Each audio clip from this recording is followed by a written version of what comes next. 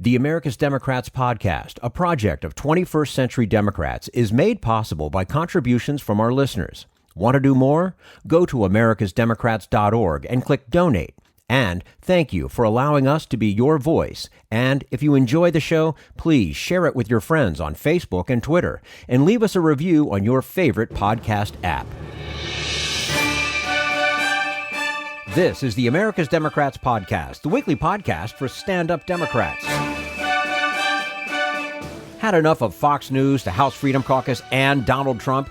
If you want the facts that you won't get from them or from the fake news sites of the alt-right, then stay tuned.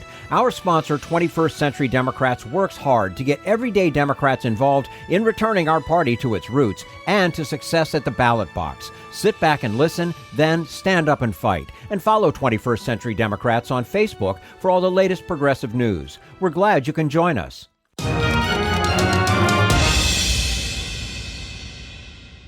And we say hello to Hamilton Nolan, labor reporter for In These Times. Hamilton Nolan, thanks for joining us today on the America's Democrats podcast. Thanks for having me. Our pleasure to have you with us. Now, you recently wrote a piece for In These Times speaking to both the promise and the limitations of the wave of strikes that came to be known as Striketober. Remind us, if you would, though, what we saw happen in October. Yeah, well, Striketober was the hashtag, but in reality, for this entire year, we've seen kind of a building wave of labor actions across the country. We had mine workers in Alabama go on strike earlier this year. They're still on strike more than 7 months later. Nurses at St. Vincent's Hospital in Massachusetts are still on strike for the same amount of time.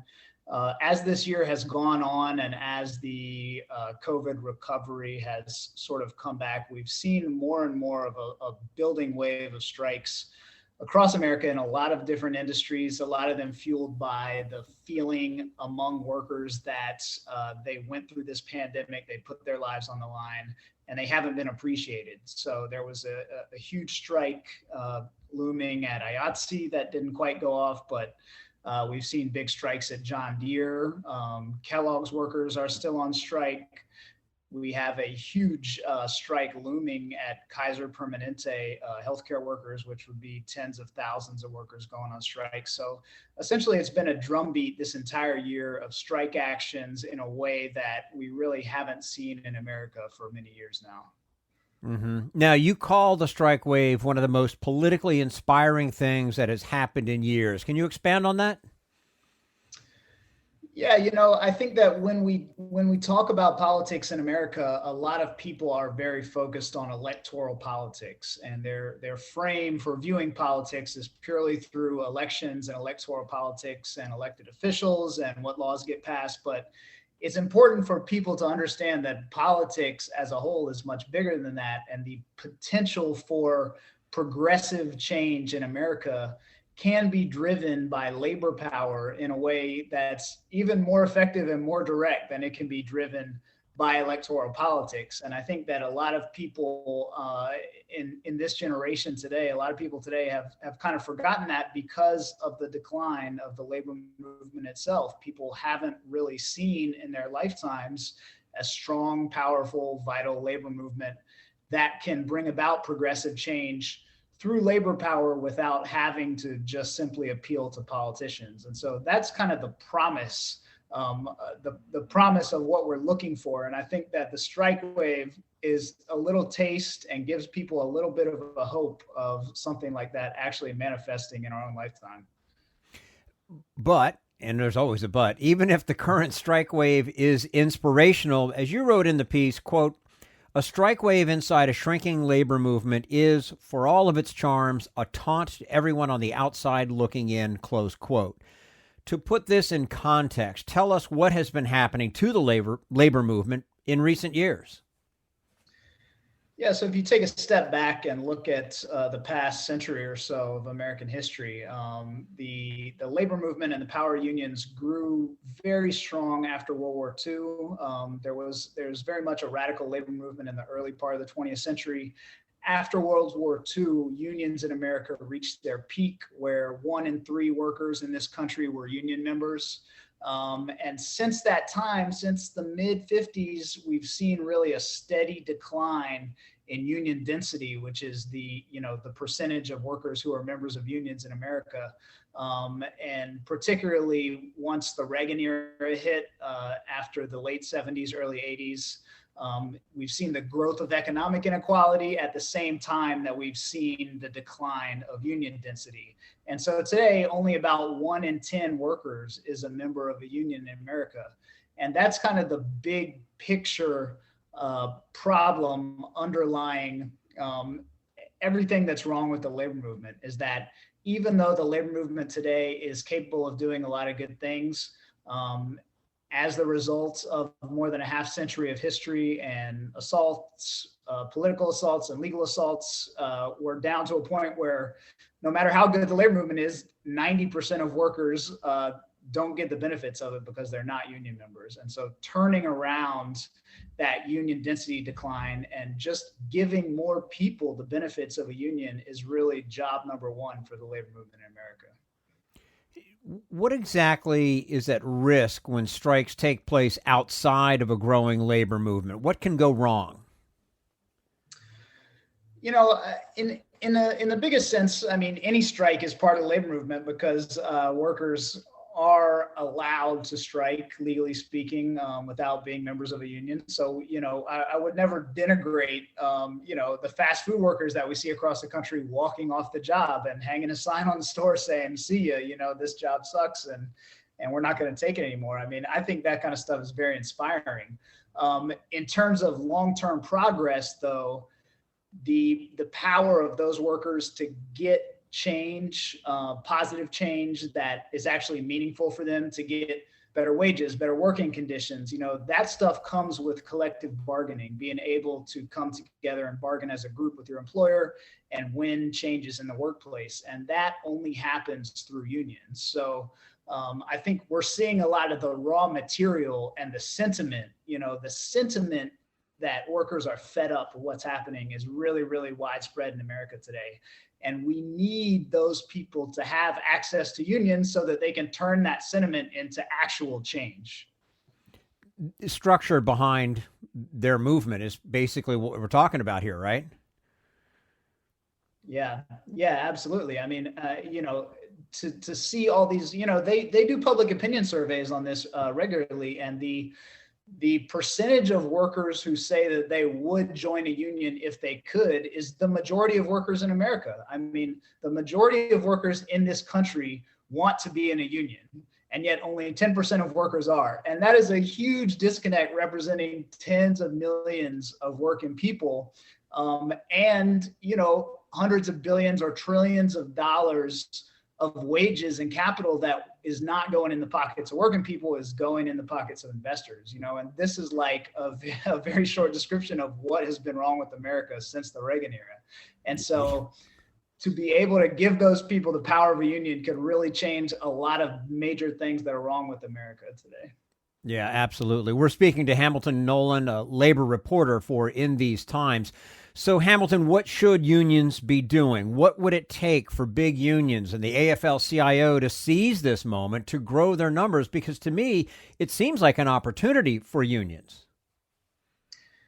It's absolutely an opportunity. As we said, the public sentiment is there. And so the onus is on the labor movement itself to get those people into unions. And unfortunately, one thing that you find when you kind of dig into the labor movement as a reporter is that new organizing, meaning organizing people who are not in unions into unions, in many cases is not a big priority for major unions.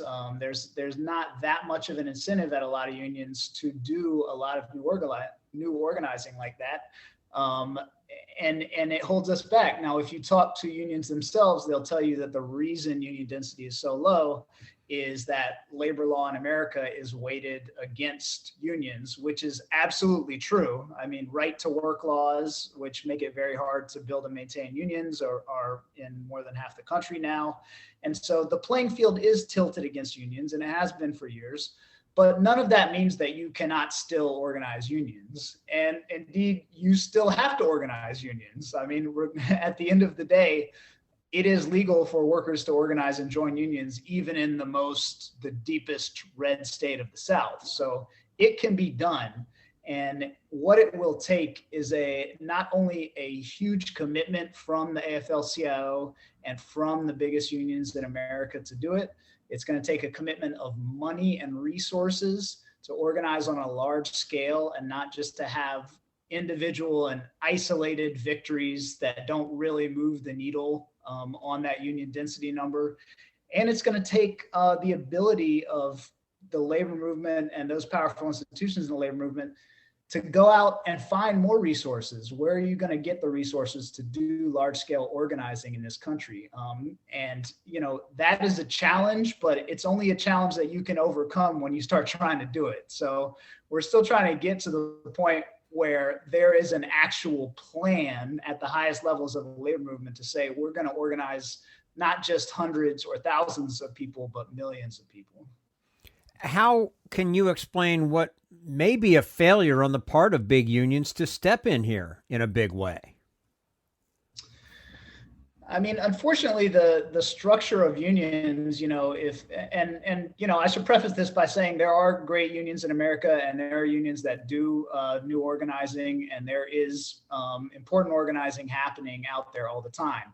It's just not happening on the scale that we need it to be happening nationwide. And so, there was a guy named John Sweeney who took over the AFL-CIO in the 90s, and his big plan was to revive new organizing. And he told all the unions they need to spend 30% of their budgets on new organizing. And almost no unions did it because they would rather put that money towards serving their existing members. It's a political problem in that sense.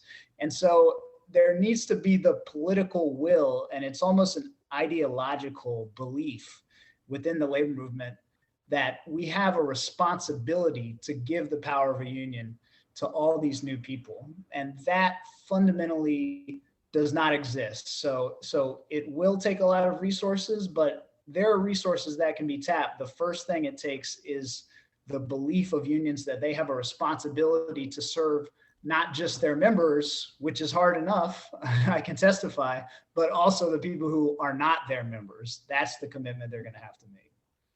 Let's say the unions do respond in the way you believe they should. What's the potential? I mean, the potential is enormous. The way that people talk about the ways that America is divided today, the political issues that we have today, the rise of Donald Trump and fears of fascism and all these sort of large scale issues facing our country. A lot of these issues can be traced back to the post-Reagan era rise in economic inequality, which has very much destroyed the middle class job in America. It's extremely hard to live the American dream that people of a generation or two generations ago could do. It's very hard to have a one income household. It's very hard to support a family on two incomes. And meanwhile, the wealth at the top has grown exponentially. So we very much are moving more and more into a two-tier society. And it's not just unhealthy economically for working people, but it warps our political system because in America, politics is driven by money. And so it tilts and warps our political system. So inequality is at the root of a lot of the big problems that we see today. And the power of the labor movement is to turn that around. There's really only two ways to turn around inequality. One way is for the government to do it, and that hasn't happened in 40 years or more.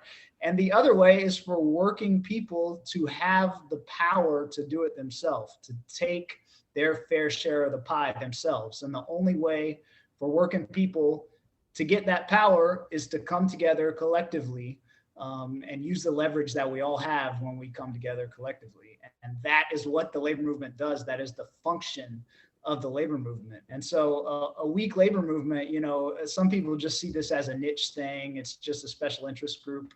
It's really much more than that. If the labor movement is weak, the power of working people is weak, and inequality can grow, and it can really destabilize an entire society as we're all living through today. So it's actually one of the most important changes I can think of in America is to revive the labor movement. And let's hope it starts moving in that direction at a really fast pace, because it's dire out there. I mean, there's no other word I think that can describe it. Hamilton Nolan, labor reporter for In These Times, joining us today on the America's Democrats podcast. Hamilton, appreciate your time with us today. Would love to have you back again soon. Absolutely. Thanks for having me. Thank you. And this is the America's Democrats podcast, the weekly podcast for stand-up Democrats.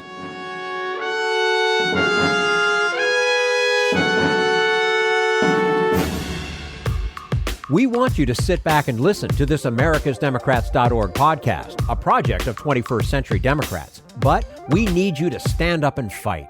Do you want to get involved and help get our party back to its roots and to success at the ballot box? You can make your contribution to help us keep this show going and to elect Democrats who will stand up for democratic principles. Go to americasdemocrats.org and click on Donate at the top of the page. What does your toothbrush, a fish dinner, and your running shoes have in common? Plastic.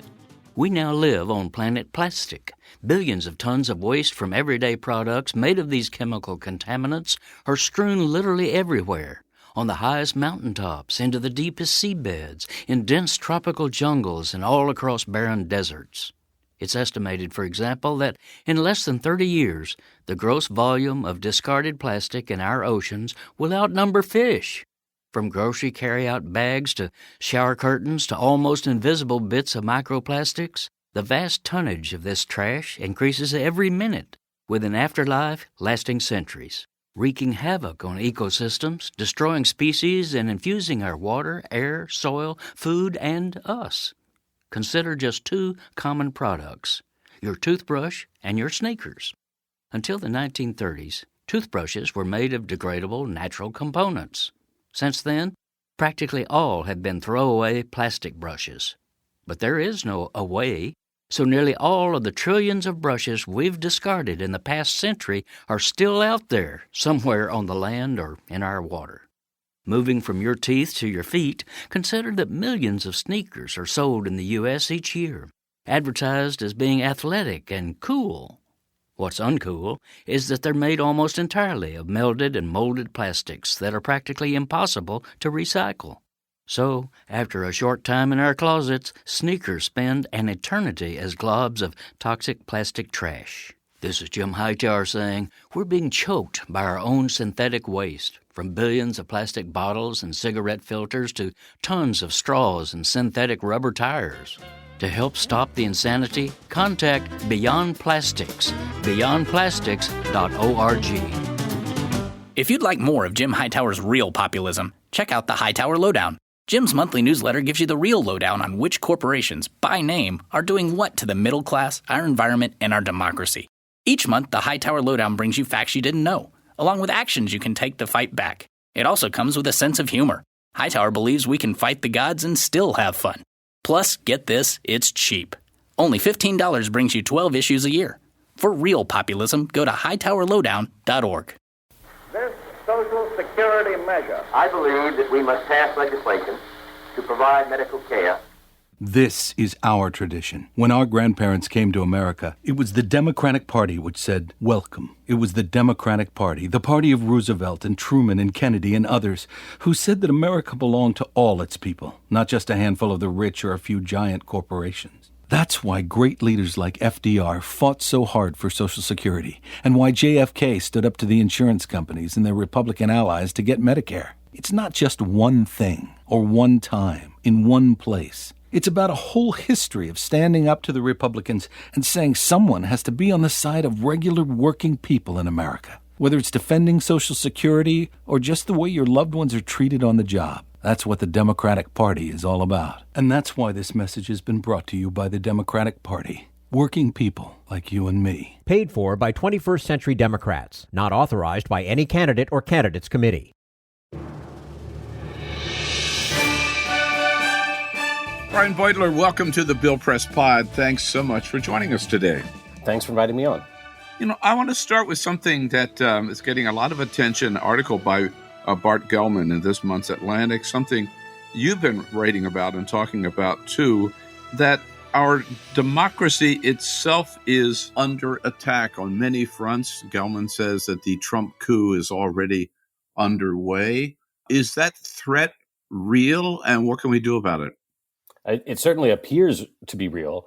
The people who are orchestrating it have a blueprint in mind. They have an episode to look back on in 2020 where they sort of attempted what they appear to be gearing up to attempt again, but they ran into some obstacles. And what's been happening in the almost year since is an effort to defeat those obstacles so that they're not there next time. Whether you can predict then that they will attempt it and that it will all go as they have planned in their heads is sort of hard to say, but they wouldn't be doing it if they weren't at least contemplating the idea. And that action is taking place, how so? At the state level, at the federal level? Where do we see it? It's mostly at the state level. It's Donald Trump and his allies sort of attempting to root out anyone in Republican politics who wasn't a sort of participant in or supporter of, even tacitly, the 2020 effort to overturn the election results, replacing them with pliant Trump loyalists and people who even say that they think that the 2020 election was stolen, that they wouldn't have certified the results of the election in their states. And I think the idea is that there won't be people at the state level, like we saw in figures like Brad Raffensperger, who would refuse to go along with an effort to overturn the results of the election. And the hope would be that by getting people who seem committed to the idea of playing along with Trump, that when push came to shove, they would do what Trump wanted, materialize the 11,000 missing votes, or just simply appoint a slate of electors for Trump, whatever it is that would be required to make a state that went for the Democratic candidate to go for the Republican candidate. Right. And one other level, I guess, would be state legislatures. We've seen some of them already passing laws that would give the state legislators themselves, right, the ultimate authority to decide who won the election or what electors are sent to the Congress. Right. In 2020, there were maybe 4 states where Donald Trump thought he might have the people in place that he needed to overturn Biden's victory, give him the victory instead, or at least create a cloud of confusion around the results. He didn't ultimately have that. And so the idea, I think, in 2024 would be that there'd be pliant figures in place at the state level. And then you can look to the federal level for a sort of fail-safe where if Republicans control the House of Representatives and the Senate, they could characterize as disputed any states that Trump claims to have won, even though he lost, and say that he actually won those, or that true outcome in those states can't be determined, so they don't count for purposes of the electoral vote count. And then you're in a scenario where perhaps the Congress is picking the winner of the presidency and giving it to the loser. So is this in effect January 6th all over again, but in a nonviolent form? Yeah, it's kind of cloaking a lot of it was happening sort of behind the scenes from November 3rd or November 7th of last year through January 6th. The sort of goal would be to try to use lawfare and proceduralism and having people in place who have ministerial power to abuse their power to give the election to the loser, but cloak it in this sheen of legitimacy because it's being conducted not by rioters with clubs and mace and guns, but by lawyers and by people who work in the Secretary of State's office. Or, you see in eroding democracies abroad that it doesn't always or even often happen through violent force. It happens by the erosion of legitimacy within the democratic system. Well, so then the question is, if this is happening, and it is, and if it's so serious, and it is, and so fundamentally threatens to undermine our democratic system, why aren't people more concerned about it? Why aren't Democrats raising more hell about it? I have a couple theories about why you don't see more alarm sounding by Democrats. I think half of it is that when they won their governing trifecta after the Georgia runoffs last year, they realized they'd have consolidated control in Washington. That meant that they had a substantive legislative agenda that they wanted to pass, Joe Biden's Build Back Better agenda. And they've been doing that. It's just taken much longer than I think they anticipated it would or wanted. And that the thinking earlier in Biden's presidency, particularly when his polling was above water instead of below water, was that they would pass his economic agenda and then turn to the democracy protection agenda. And I hope that's still the plan, once the Build Back Better Act hopefully becomes law, the flip side of it is that they may not be able to marshal the votes they need to do what would need to be done to protect the election. Almost everything that they would need to do would require either beating back a Republican filibuster or changing the filibuster rules so that they could pass new election protections. And while they seemingly have 50 votes to pass election protections, they don't seem to have 50 votes to change the filibuster rules so that they could get the underlying democracy protections enacted into law. And if they think that they can't succeed, they may reason that it's not worth trying and not also worth making a big public scene about it, only to be caught losing in the fight. I genuinely hope that's not the case, but it happens in politics a lot. It happens in Democratic Party politics particularly a lot. And so there may be some ducking from the fight that we're seeing because they have calculated in advance that they can't win. Well, which gets to something I wanted to ask you about as well, which is there's this sense of, I wouldn't say malaise, it's almost defeatism I see in the Democratic Party today. I mean, many Democrats are maybe openly is an exaggerate, saying that, we've already lost the 2022 midterms, right? There's this gloom and doom among Democrats. Why? I think a lot of it stems from the down ballot results of the 2020 election. Joe Biden won the 2020 election by a fairly large popular vote majority, but it was close in the Electoral College, and Democrats actually lost seats in the House. Their House majority went from fairly comfortable to razor thin. They lost seats in state legislature elections. So they were anticipating a resounding defeat of an unpopular incumbent president. And what they got was a sort of mixed verdict. And it created a sort of crisis of confidence in the Democratic Party's ability to win elections, particularly when someone as unpopular as Trump won't be on the ballot.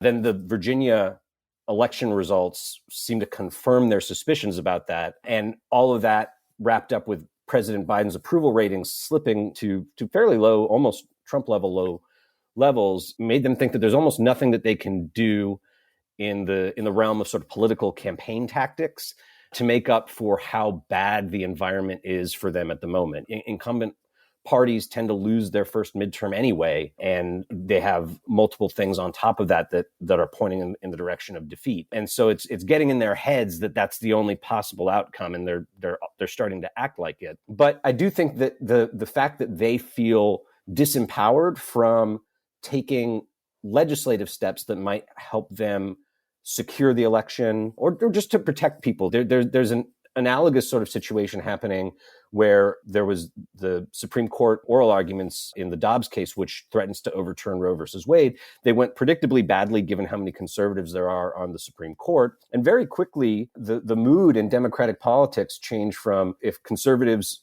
overturn Roe v. Wade, they've got another thing coming because it'll create this uprising and Republicans will lose the election as a result, to this sort of defeatism where they're not going to be able to restore the right to abortion. And so they're not going to want to talk about it, dwell on it, campaign on it, because they can't offer voters, people who are concerned about the elimination of the right to abortion, a promise that they'll restore it. And so when that sort of sense that they don't have the tools they need, the power they need to make things better, they don't want to talk about it at all. And that creates the malaise that I think you're referring to.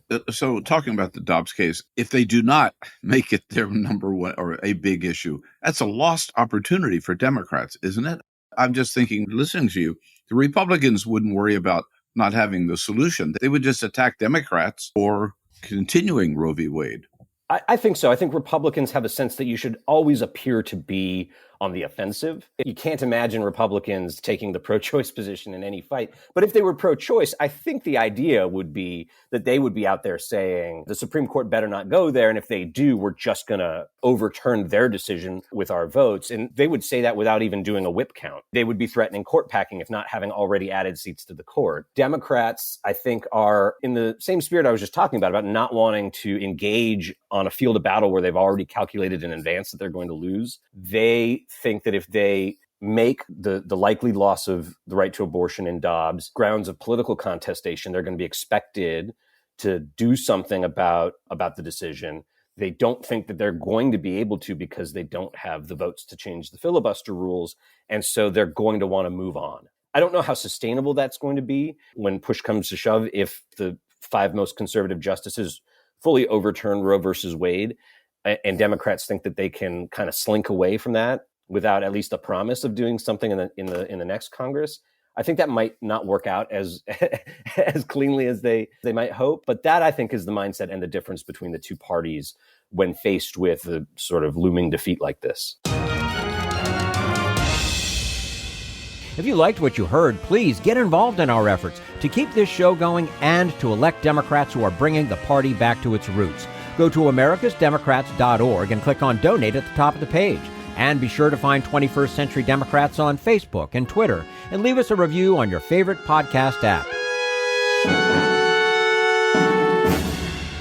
We want you to sit back and listen, but we need you to stand up and fight. Join us. Support the americasdemocrats.org podcast, a project of 21st Century Democrats, and help elect Democrats who will stand up for democratic principles with your contribution today. Go to americasdemocrats.org and click on Donate at the top of the page.